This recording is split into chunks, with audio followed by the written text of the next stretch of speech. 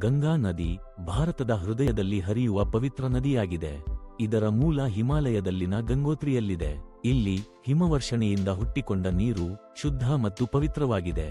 ಗಂಗಾ ನದಿ 2525 ಕಿಲೋಮೀಟರ್ ದೂರವನ್ನು ಕ್ರಮಿಸುತ್ತದೆ. ಉತ್ತರ ಭಾರತದ ವಿವಿಧ ರಾಜ್ಯಗಳಲ್ಲಿ ಹರಿಯುತ್ತದೆ. ಈ ನದಿ ತನ್ನ ಪವಿತ್ರತೆಯಿಂದ ಲಕ್ಷಾಂತರ ಭಕ್ತರನ್ನು ಆಕರ್ಷಿಸುತ್ತದೆ. ನದಿ ತನ್ನ ಮಾರ್ಗದಲ್ಲಿ ಅನೇಕ ನಗರಗಳು ಮತ್ತು ಸಾಂಸ್ಕೃತಿಕ ಸ್ಥಳಗಳಲ್ಲಿ ಹರಿಯುತ್ತದೆ. ಹರಿದ್ವಾರ, ಬನಾರಸ್ ಮತ್ತು ಕಾನ್ಪುರ ಮುಂತಾದ ಮಹಾನಗರಗಳಲ್ಲಿ ಗಂಗಾ ಜೀವನದ ಮೂಲವಾಗಿದೆ. ಕೊನೆಗೆ ನದಿ ಬಂಗಾಳದ ಕೊಲ್ಲಿಗೆ ಸೇರುತ್ತದೆ.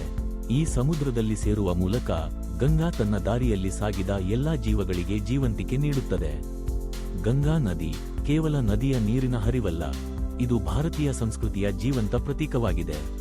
ಇದೇ ರೀತಿಯ ಮತ್ತಷ್ಟು ವಿಡಿಯೋಗಳಿಗಾಗಿ ನಮ್ಮ ಚಾನೆಲ್ನ ಸಬ್ಸ್ಕ್ರೈಬ್ ಮಾಡಿ. ಧನ್ಯವಾದಗಳು.